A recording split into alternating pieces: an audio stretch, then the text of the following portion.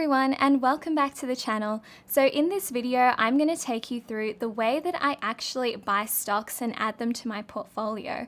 I'll go through the brokerage platform that I use and all of the investing tools that I use to do my research on stocks before I buy them, and also the platform that I use to track my portfolio after I buy my stocks. So if this is something that you're interested in, make sure you keep watching this video. So let me take you through how I actually build my watch list of stocks to buy using the CMC Markets platform. CMC Markets is a platform which I use to invest. By using CMC Markets, you can invest in Australian stocks, but also international stocks pretty much all over the world. Their brokerage fees are $11 per ASX stock, and it's actually free for international stocks, which is amazing. And that's one of the reasons why I do like to do most of my investing on CMC Markets. And before we get further into this video, I did want to mention that I'm not a financial advisor, and this is not financial or investing advice. I'm just sharing my own personal process and how I look at stocks before I invest in them. But it is really important that you do your own research before you invest in anything. So this is my CMC Markets account, and when I'm usually looking to add stocks to my watch list, this is my usual process. So I have a couple of watch lists that I've built. So I've got my ETFs watch list, master list, and the master list is basically a list of pretty much every stock that I potentially know and would like to invest in before I actually dig deeper into the financials of them. I also have a perfect 10 watch list. So these are stocks which I've actually looked at in detail and I really do like, and have made it to my perfect 10 or my short list. I've also got some REITs and I've got some speculative investments. So these are more stocks which are kind of a little bit speculative. They don't have a lot of financial data, but I think that they have really amazing growth potential for the future. As you guys know, I do like to invest most of my money into ETFs, so then I don't have to worry too much about the ups and downs of the market because my portfolio is quite stable. But I do like to have a couple of individual stocks and speculative investments because I am young and I am comfortable taking on a little bit more risk in my portfolio. So let's have a look into how to add stocks to my watch list and what I actually look for. So this is my perfect 10, as you can see here.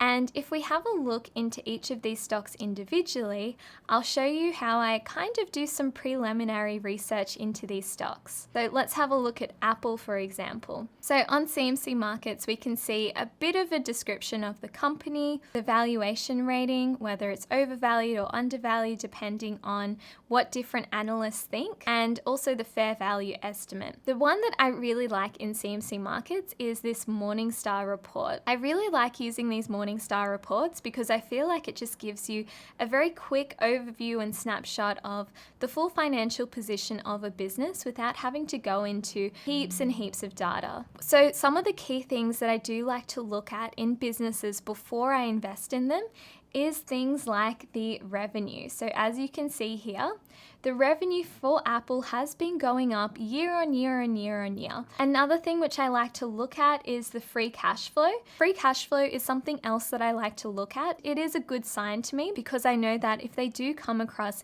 any troubles in the future, they do have quite a bit of cash on hand to put out any of those fires or emergencies. And another thing which I like to look at is the return on invested capital, as you can see here. The return on invested capital shows me how effectively this particular business is using their money to grow the business.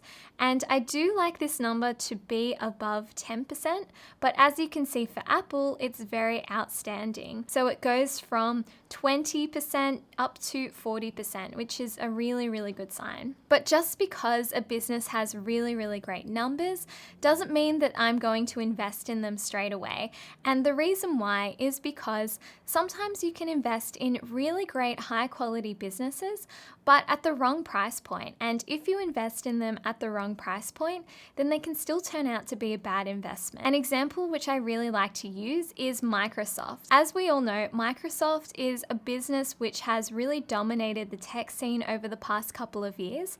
But if you invested in Microsoft back in 2010 during the height of the tech bubble, it would have taken 15 years in order to break even on that investment. And that's one of the reasons why I don't just like to look at the financials of a business, but I also do like to look at the price of a business as well and ensure that I'm buying at the right price when the stock is undervalued. So for this, I look at a few different metrics. I do like to look at the PE ratio, of course. So that is the price to earnings ratio. So a good price to earnings ratio is below 24. However, for some technology businesses, the PE ratio can be a little bit higher than this and still deemed to be undervalued. But as you can see here, the price to earnings ratio of Apple is 41, which is really, really high or said to be overvalued. So that's basically a lot of the metrics that I like to look at on the Morningstar report. Let's jump into Simply Wall Street and have a look at some of the metrics which I like to look at on there. So this is Simply Wall Street, and this is another site which I really like. So they do have a professional plan which allows you to look at unlimited stocks, but as you guys know, I'm a bit of a cheapskate, so I'm currently on the free version. So Simply Wall Street basically aggregates a lot of data that you can find in the Morningstar reports, and it does have amazing visuals which I really do like. And I think that when you are looking at these different sites, you kind of do need to cross-compare a couple of these different sites before you actually make your decision about whether you want to invest in a business or not, because sometimes the data on these sites isn't 100% accurate. So that's the reason why I do like to do my own calculations and also have a look at multiple sites before I make my decision. As you can see, Simply Wall Street has a lot of data about Apple, but the one that I really like to look at is valuation and the Simply Wall Street valuation metrics. They do have the PE ratios, price to book ratios, price to earnings growth ratios, and more. So these are some really good things that I like to look at before I invest in individual stocks. And I also do like to have a look at Yahoo Finance and just cross-reference the different PE ratios and valuation metrics of the other two sites that I use. And I can actually use Yahoo Finance to calculate my own PE ratios and my own valuation metrics as well. In the financials tab, there's heaps of data on here about companies. So now we know a little bit more about what I look for in individual stocks before I invest in them. Let's jump into how I actually buy stocks. So to buy a stock, I go into trade and buy, and I enter the ticker code. So the ticker code for the stock that I'd like to invest in is LIKE, because I think that this is a really great business with some really high growth potential, and you can actually invest in it completely for free simply by smashing the like button on this video. It will really help take my channel from being undervalued to fairly valued, and I would really appreciate it. So I enter the ticker code of the stock that I'd like to buy. I'm going to use VAS, and I'm not telling you that you should buy VAS. I'm just going to be using this as an example. And VAS is the Vanguard Australian Shares ETF, and it invests in the top 300 companies on the ASX. So if we use this as an example, I simply put in the ticker code of VAS, which is VAS, and I put in my order type, which is buy, because I'm looking to buy some shares. So here we can choose between quantity and value. So quantity means that I can basically choose to buy a certain number of VAS shares, and value means that I can choose to buy, say for example, $950 worth, because that's what's currently in my brokerage site. So if I put in $950, you can see here that I can buy 10 units of VAS. And if, for example, I wanted to change that to quantity and I wanted a certain number of VAS shares, I can put in 10, because that's the amount of VAS shares that I can currently buy with my $950. So then there's also another option to buy VAS at a limit price. So a limit price basically sets the maximum price that you would like to buy your shares at. So this is what I like to look at up here. It shows you different offers that people are willing to make for VAS. So it shows you the highest price that people are willing to buy VAS or sell VAS for, and the lowest price that people are willing to buy or sell VAS for. So usually the market price will be somewhere in the middle, and perhaps even closer to the higher end. So if you would like to put in a limit price, you can potentially get your shares for cheaper.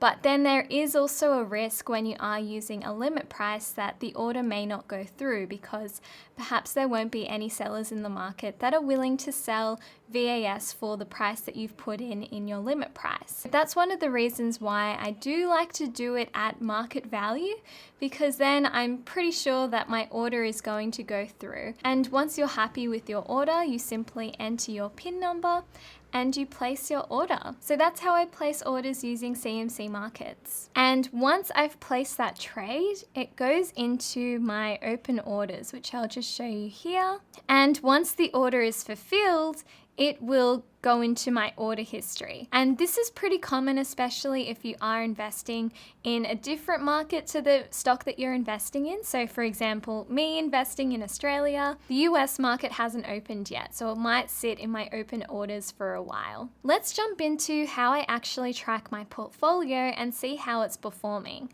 So for this, I use this site called Sharesight, and it's a completely free website that you can use for up to 10 trades. And I do have a link in my description below if you'd like to check it out. And you will also get an extra month for free on the Pro plan. So make sure you check out the link in my description below. So this is Sharesight, and this is what I use to track my portfolio.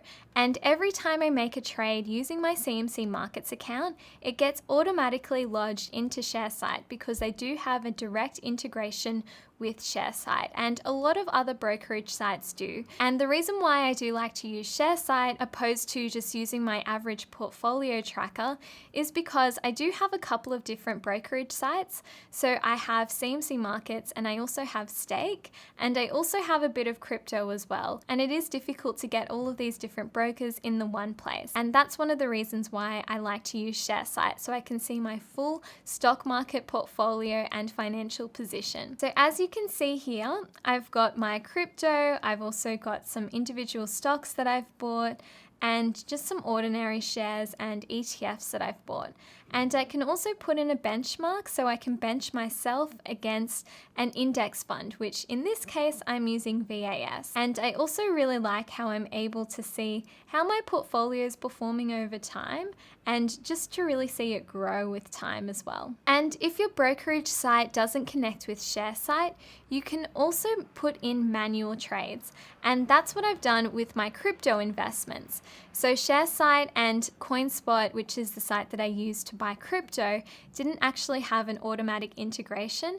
So what I've done is I've manually put in those trades, and I can show you how I do that. So I simply go to add new holding, and I can put in Apple, and here I can put in the quantity of shares, the price that I bought it at, and then once I've put that in there, it will basically add it to my portfolio so I can track how it's doing. So there's my overview of how I buy stocks using the CMC Markets platform, Sharesight, and also other tools that I use to research different stocks. And don't forget, I've got a link in my description below to Sharesight, which is what you can use to track your portfolio.